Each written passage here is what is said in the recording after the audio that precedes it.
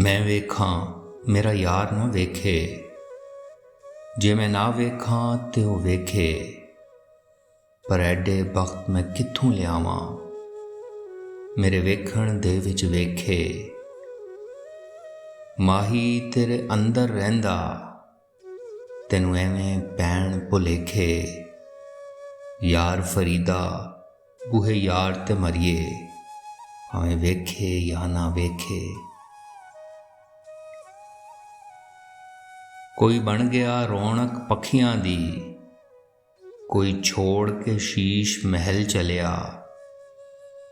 कोई पलिया नाज ते नखरियां विच, कोई रेत गरम ते थल चलिया।